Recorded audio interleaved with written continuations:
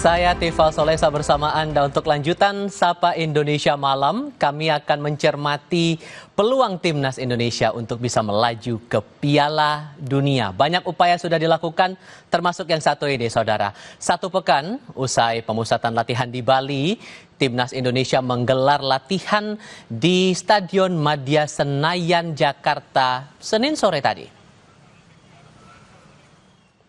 Menurut manajer timnas, sebanyak 30 pemain masih tetap bertahan hingga laga kontra Tiongkok di Stadion Utama Gelora Bung Karno, Jakarta 5 Juni nanti, di hari Kamis. Terkait pemain yang batal bergabung, Sumarji memastikan belum ada rencana untuk memanggil pemain tambahan.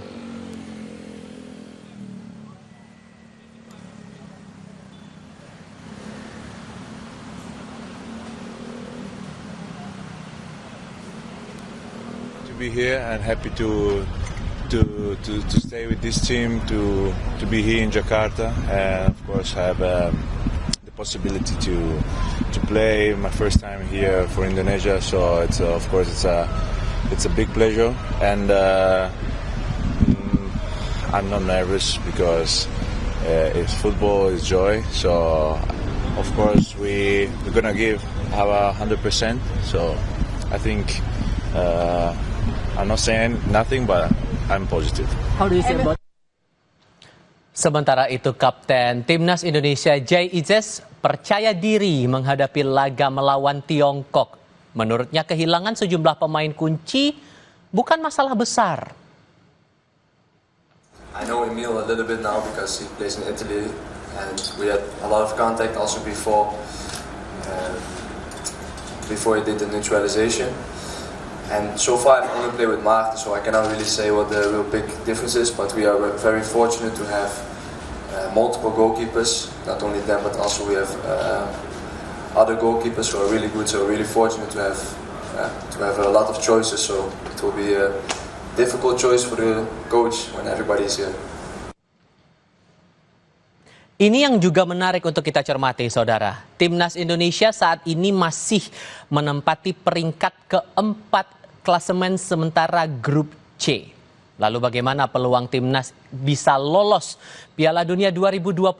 Nah, Wakil Menteri Pendidikan Tinggi, Sains dan Teknologi Stella Christy punya analisis menarik di sini. Nah, peluang atau probabilitas timnas kita lolos ke Piala Dunia sebesar 41,7%. Coba disimak. Ada hanya ada dua jalur untuk kita bisa lolos ke Piala. Jalur pertama itu adalah yang namanya jalur langsung. Siapa yang bisa ikut jalur langsung? Mereka yang dari babak ketiga itu menempati posisi 1 dan kedua. Saat ini kita bukan. Tetapi kita ada kemungkinan itu. Kita bisa lolos jalur langsung. Persentasi kita atau probabilitas kita adalah 1,3%. Tapi jangan putus asa dulu karena ada jalur yang kedua. Jalur yang kedua itu lewat babak 4 dan 5. Nah, kemungkinan kita untuk bisa lewat yang jalur ini adalah 80,8%. Nah, tapi setelah itu kan kita masih harus main di game ini, jadi ada 50% untuk kita bisa menang. Jadi totalnya keseluruhan probabilitas kita adalah 40,4%. Jadi kalau kita tinggal tambahin keseluruhan kemungkinan kita, peluang kita untuk bisa lolos ke Piala Dunia itu 41,7%. Berarti lumayan. Jadi kita semangat. Ini kemungkinan kita pada saat ini untuk bisa lolos ke Piala Dunia 41,7%. Jadi dari mana angka-angka itu? Kita akan coba ulas lebih dalam analisis peluang timnas Indonesia bisa lolos ke Piala Dunia 2026 bersama dengan sosok yang mengunggah konten itu. Wakil Menteri Pendidikan Tinggi, Sains dan Teknologi Stella Christy sudah bersama kami di Studio Kompas TV kali ini. Hai Prof, apa kabar? Halo Mas Tifal, apa kabar? Terima kasih sudah mau datang di Studio Kompas TV. Kabar kami baik, semoga Anda juga sehat. Saya mau tahu dulu sederhananya, Anda sampai mengunggah konten itu, dorongannya karena apa? karena kami dari Kementerian Pendidikan Tinggi Sains dan Teknologi tentu saja seperti yang diamanahkan Bapak Presiden adalah untuk membangun negara dan bangsa kita untuk menjadi negara dan bangsa yang kuat di dalam sains. Dan apalagi yang bisa menyatukan kita, yang paling bisa menyatukan kita kalau bukan tentang timnas kita.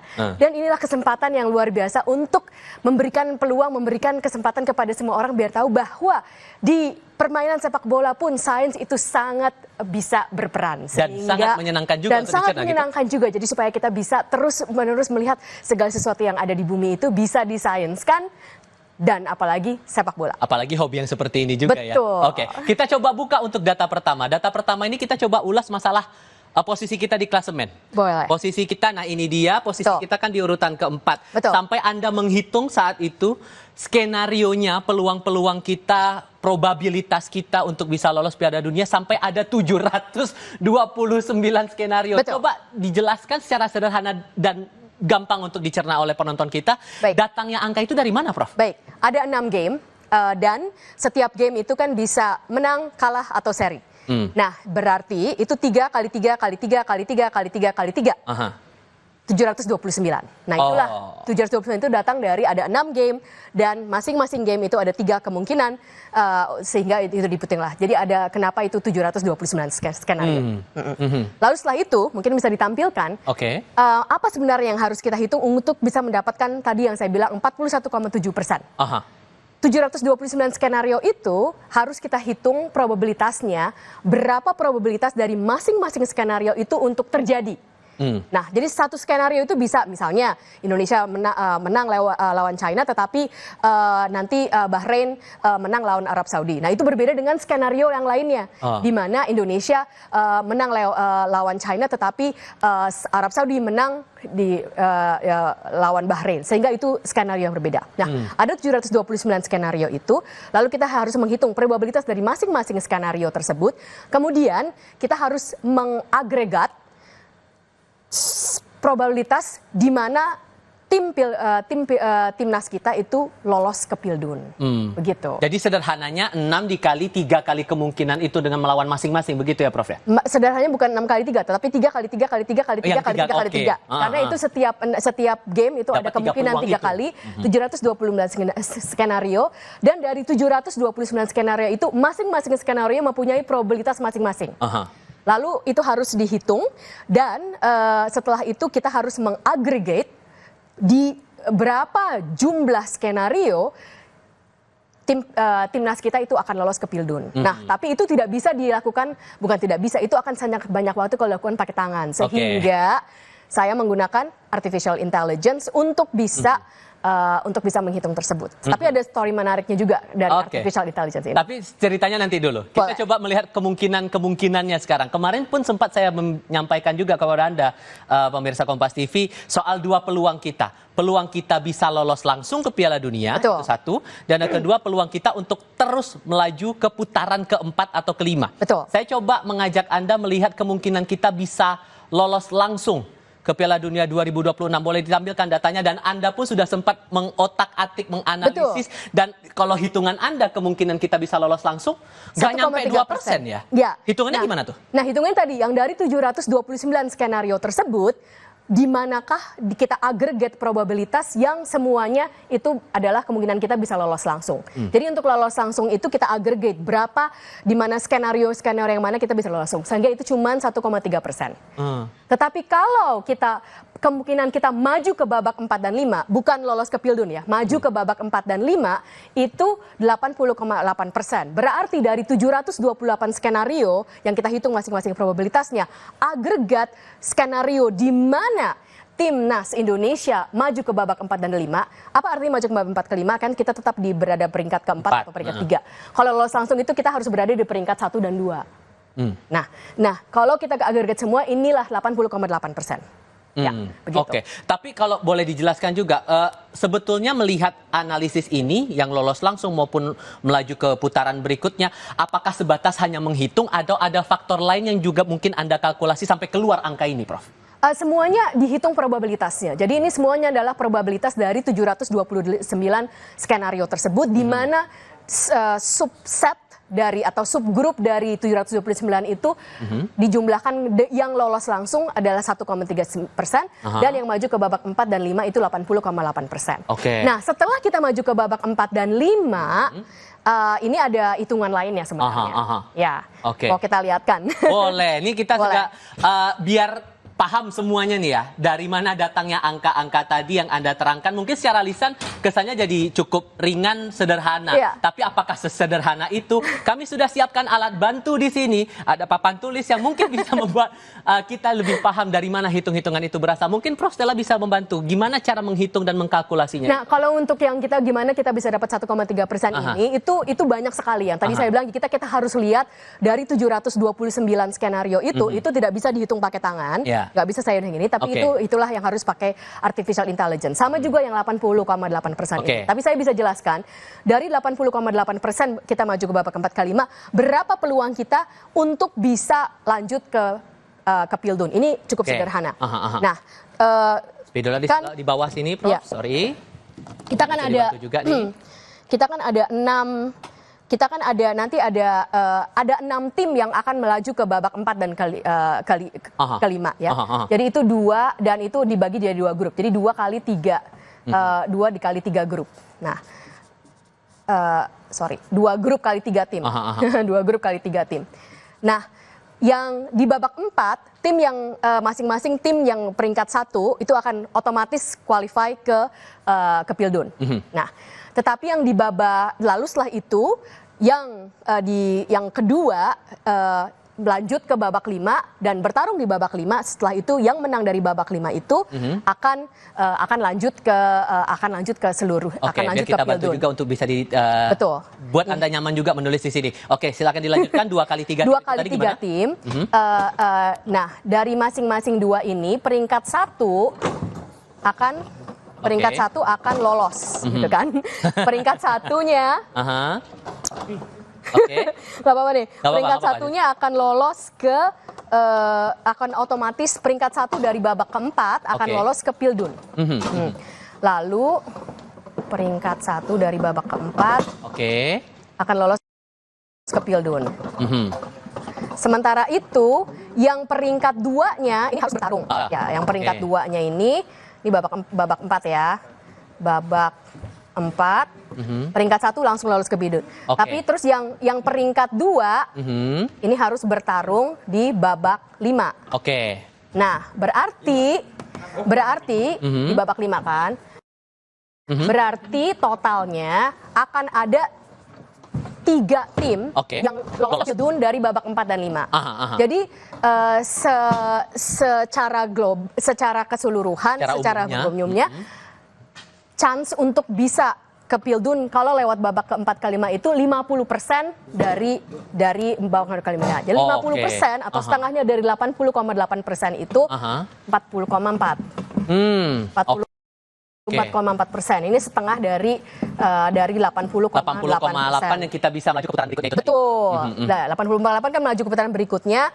Chance siapapun yang maju ke putaran babak ke-4 ke 5, bukan Indonesia sih, siapapun yang maju ke 4 ke 5 mempunyai peluang 50% untuk maju ke Pildun. Sehingga 50% dari 80,8% itu adalah 40,4%. Itu dengan kedua-dua kemungkinan itu? Langsung Bukan. Ini hanya kemungkinan dari babak 4 dan 5. Begitu. Nah, sehingga ini dari kalau ya. Nah, ini dia ya. Kalau lolos langsung 1,3%, kalau lolos kemungkinan lolos ke Pildun lewat babak 4-5 itu 40,4%, sehingga total kemungkinan untuk bisa lolos ke Piala Dunia kita adalah 41,7%. Dan angka itu terbilang tinggi nggak sih menurut Anda yang juga sebagai penggemar sepak bola dan pecinta timnas Indonesia, dengan progres yang ada sekarang ini terbilang tinggi nggak sih, Prof? Dibandingkan dengan kemungkinan Indonesia di tahun-tahun sebelumnya, ini sangat tinggi. Ya. Sehingga tapi memungkinkan nggak dengan kita kan masih tanggal 2 nih sekarang, menuju tanggal 5. Banyak kemungkinan bisa terjadi dengan probabilitas dan peluang-peluang. Tentu saja. Maka dari itu kita harus lihat sebentar lagi tanggal 5 Juni timnas kita akan melawan Tiongkok. Nah, pertandingan melawan Tiongkok ini sangat penting untuk bisa meningkatkan atau bahkan menurunkan. Bisa kita lihatin? Ada hitungannya. Ada hitungannya kalau kita menang. Mungkin yang berikutnya kalau kita menang lawan Tiongkok, kemungkinan kita ke Pildun itu akan naik menjadi 50,6%. Oh, ya. Oke. Kalau kita seri dengan Tiongkok, kemungkinannya itu akan menjadi 40,8%. Hampir sama dengan kemungkinan total yang sekarang. Jadi tidak banyak perubahan kalau seri. Artinya kalau seri pun ya nggak apa-apa juga gitu. Tapi kalau kalah, kemungkinan kita lolos ke Pildun, qualify ke Pildun akan turun drastis menjadi 10,6%. Wow. Ya, jadi untuk dengan Tiongkok kita harus 10,4%. Jadi kalau untuk dengan Tiongkok kita harus atau menang atau seri juga nggak apa-apa. Tapi jangan sampai kalah. Karena nanti kalau kalah drastis akan menurun 10,4%. Makanya ada yang bilang harga mati untuk kita menang lawan Tiongkok itu ya Pak. Betul. Tapi apakah analisis hitam di atas putih ini juga sesuai dengan realita kita melihat progres dan bagaimana latihan yang dilakukan bersama dengan teman-teman ataupun juga pemusatan latihan yang di Bali kemarin itu Prof? Kita akan coba bahas tapi bareng sama analis sepak bola setelah kita lihat informasi yang satu ini.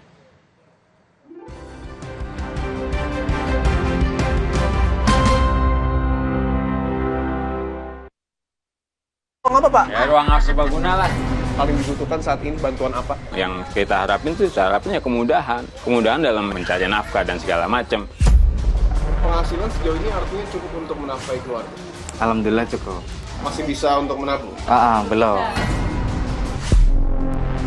Nanti tanggal 5 Juni akan diberlakukan dan akan dirapatkan kembali. Ibu, investigasi. Senin 2 Juni, pukul 8:30 malam di Kompas TV. Tambah umur, makin prima, makin cinta. Karena hidup kita balance. Minum Sido Muncul Natural Balance setiap hari. Life is balance. Female Balance buatku, Male Balance buat aku. Pemenang umroh kapal api Wawan dari Jakarta. Kamu bisa menang umroh seperti Wawan. Caranya, kirim 7 bungkus bertanda khusus dan data diri ke Dropbox atau PO Box kapal api JKT 10.000. Yuk ikutan, insya Allah bisa umroh. Baru Mama Lime Grade, pencuci piring dari tumbuhan, 100% food grade, inovasi baru Lion Jepang. Formula Natura Plant Essence dari tumbuhan alami dengan proses teknologi modern. Mama Lime Grade, efektif angkat lemak, membuat piring bersih kesat. Tangan tetap lembut. Mama Lime Grade juga efektif bersihkan kotoran dan bakteri di buah sayur. Buah sayur bersih higienis, aman, 100% food grade. Mama Lime Grade, pencuci piring dari tumbuhan, pertama 100% food grade. Lion. Aku nggak khawatir ajakan apain di luar. Ada Nuvo Family memberi perlindungan two-step sehat. Kotor, Pak. It's okay. Nuvo lebih cepat bunuh kuman saat mandi dan selalu melindungi kulit setelah mandi. Lembut. Dengan formula triple antibakterial, perlindungan menyeluruh 24/7. Baru main di luar, mah. Percayakan pada Nuvo Family. Two-step sehat, perlindungan 24/7. Wingscare. Kita berada di tengah gerak roda ekonomi yang lajunya dipengaruhi jalinan komunikasi antara pengusaha dan pemerintah. Dan kami berupaya menjembataninya demi terwujudnya kesejahteraan bagi seluruh rakyat Indonesia. Saya masih tertarik ikuti Business Talk di Kompas TV. Nyalakan semangat berbagi. Wukuf di Arafah, puncak dari rangkaian ibadah haji. Kami kawal dan sampaikan untuk Anda segala informasi seputar aktivitas para jemaah haji langsung dari Padang Arafah, Saudi Arabia. Ikuti Breaking News, Puncak Ibadah Haji 2025, Kamis 5 Juni pukul 1.45 siang, live di Kompas TV. Teman berbagi berkah. Nyalakan semangat berbagi. Lengkapi kebahagiaan di Hari Raya Idul Adha dengan kompilasi berita dan informasi yang dikemas unik, seru, dan asik. Pop News Spesial Idul Adha. Jumat 6 Juni pukul 9:30 pagi di Kompas TV. Teman berbagi berkah.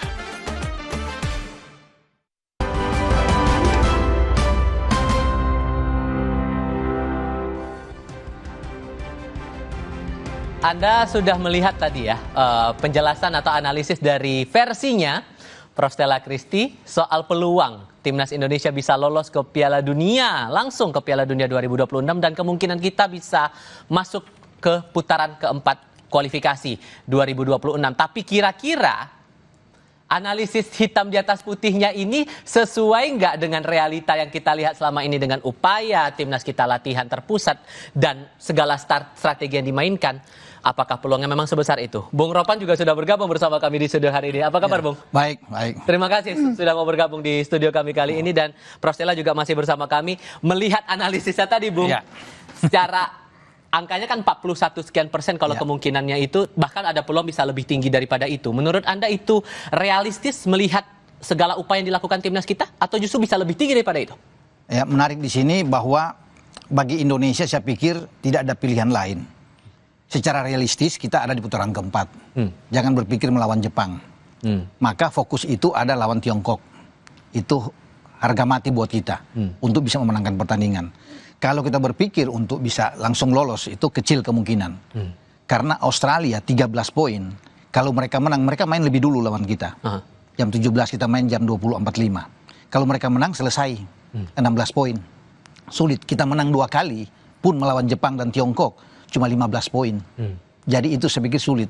Dan Australia pasti akan habis-habisan karena bermain melawan Jepang di kandang. Makanya 3 poin itu menjadi tuntutan buat mereka. Mereka punya motivasi yang luar biasa. Mereka menahan Jepang 0-0, bermain di Jepang, dan sekarang mereka bermain hanya butuh 1 kemenangan. Nah itu yang membuat bahwa kecil peluang kita. Peluang kalau untuk bisa berharap. Namun dalam sepak bola kan kadang-kadang sulit dihitung secara matematis. Ya kan? Selalu ada faktor keberuntungan. Itu yang harus kita hitung. Hampir saya mau bilang soal itu tadi. Ada faktor kalau kemarin di Bahrain kita bisa menang, bukan 2-2, maka peluang kita untuk 12 poin itu ada. Peluang untuk bisa lolos sangat besar. Mungkin di atas 60% lah kita bisa lolos. Karena hanya selisih 1 dengan Australia. Harapan buat kita yang saya pikir, Jepang mengalahkan Australia. Itu yang membuat grup C ini rame. Dan kita menang melawan Tiongkok. Berarti kita di posisi ada 12 poin. Australia tertahan di 13 poin karena kalah lawan Jepang. Itu berharap sama kita.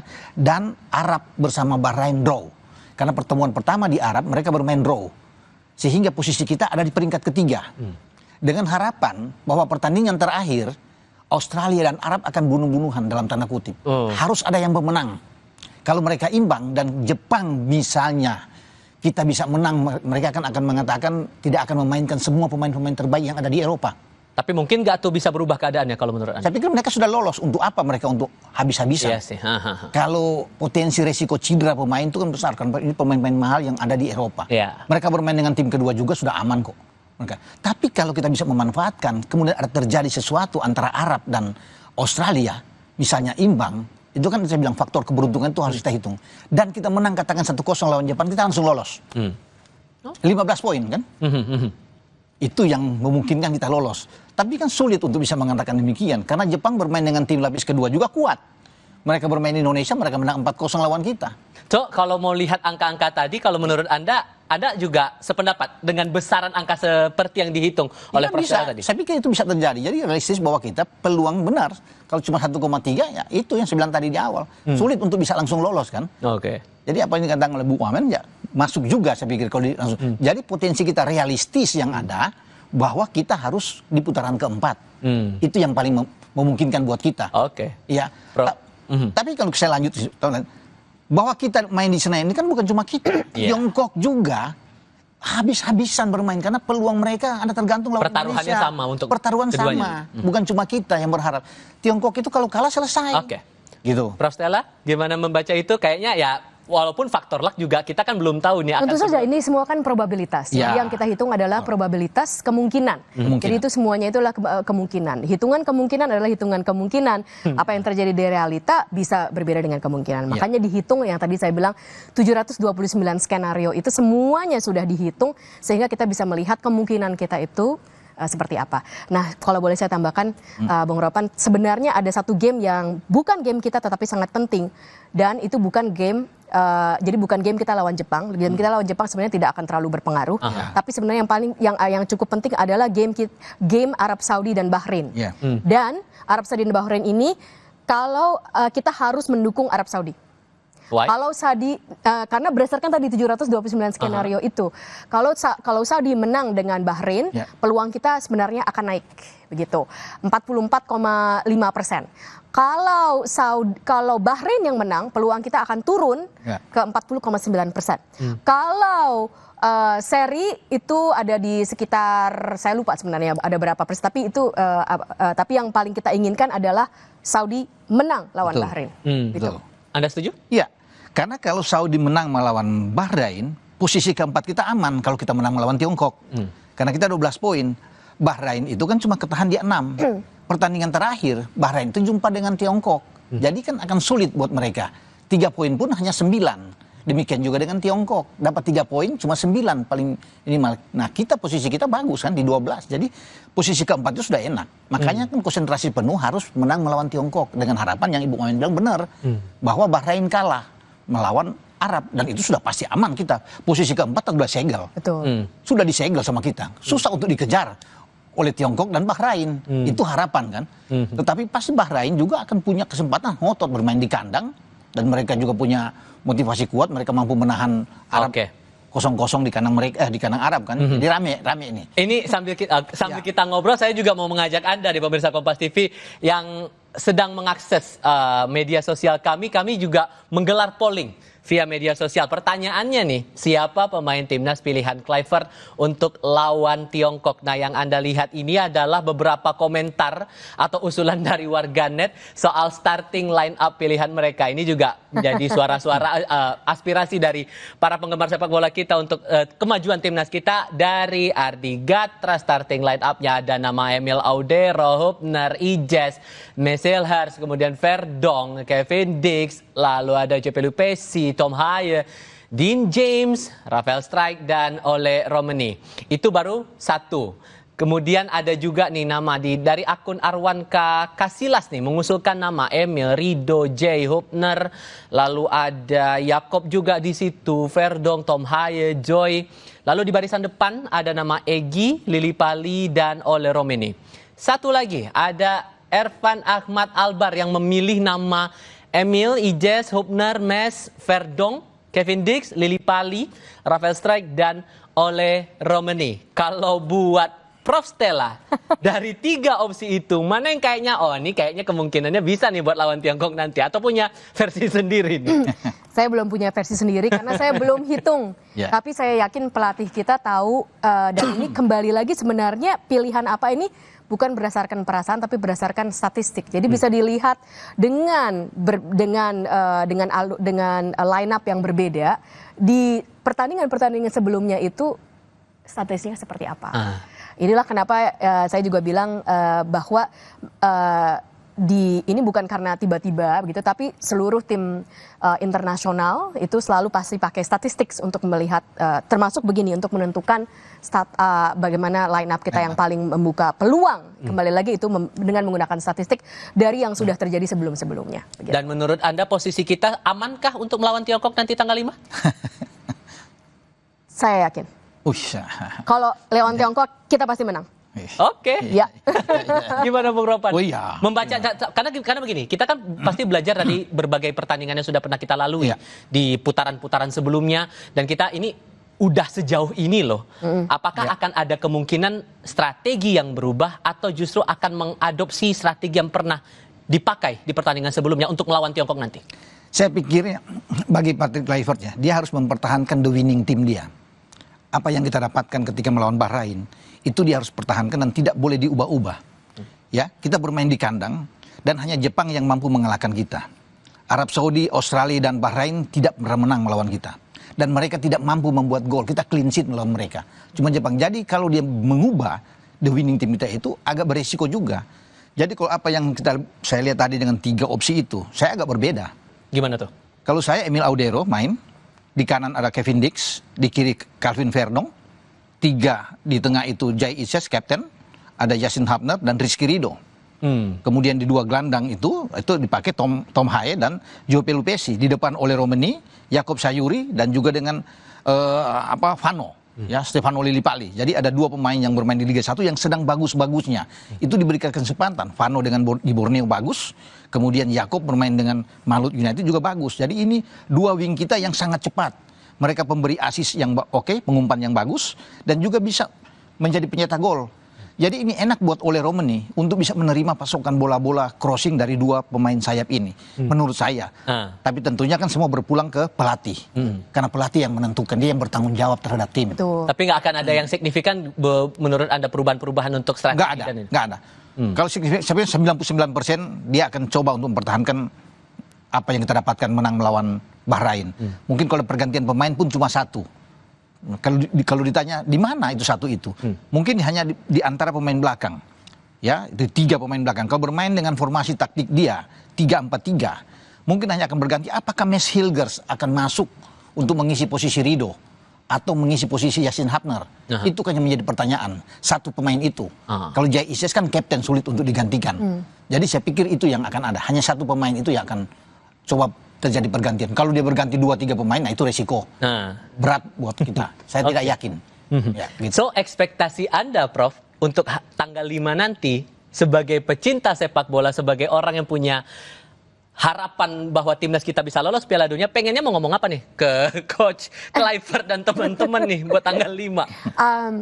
Sebenarnya saya mau bilang ke teman-teman, santai aja. Nikmati permainan. Nikmati permainan. Enjoy the game. Karena berdasarkan statistik, Steri pun oke. Jadi sebenarnya nggak ada beban. Dan kita main di sini, di kandang. Pasti akan banyak dukungan dari tim kita. Dan berdasarkan bukti sains, dukungan moral dari pemain penggandang itu berdasarkan statistik juga, kemungkinan menang bermain di tuan rumah itu, sebagai tuan rumah itu biasanya jauh lebih tinggi. Jadi tentu saja berikanlah yang terbaik, jangan ada pressure. Karena kalau ada pressure itu juga tidak baik untuk pemain kita. Nikmati permainannya, bermainlah yang paling baik, dan saya rasa kita akan menang. Optimis untuk kita bisa menghadapi Piala Dunia 2020. Apapun jalurnya ya, mau kita langsung lolos putaran keempat, putaran kelima juga kita harus yakin. Karena kita sudah sejauh ini bisa mencapai titik itu. Betul. Prof Stella, Bung Ropan, terima kasih ya sudah mau berbagi perspektif, analisisnya, termasuk kita matematika sedikit malam ini tadi dengan Prof Stella, tapi semuanya ringan-ringan saja dan semoga bisa dipahami juga oleh para penonton kita. Terima kasih sekali lagi sudah mau datang ke studio Kompas TV malam hari ini semuanya. Dan informasi lain kami hantarkan untuk Anda selepas jeda, termasuk tim Was Haji DPR yang merespons sejumlah WNI yang mencoba masuk Mekah lewat gurun pasir. 1 WNI ditemukan meninggal karena dehidrasi. Tetap di Kompas TV.